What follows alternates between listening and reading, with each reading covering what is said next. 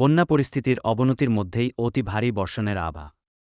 দেশের উত্তর পূর্বাঞ্চলের ৫ নদীরে পানি ৮টি পয়েন্টে বিপৎসীমার ওপর দিয়ে বইছে। ভারী বর্ষণ ও উজানের ধলে সিলেট ও সুনামগঞ্জের বন্যা পরিস্থিতির অবনতি হচ্ছে। নেত্রকোনা ও মৌলভীবাজারের নিচু এলাকাও বন্যার ঝুঁকিতে পড়েছে।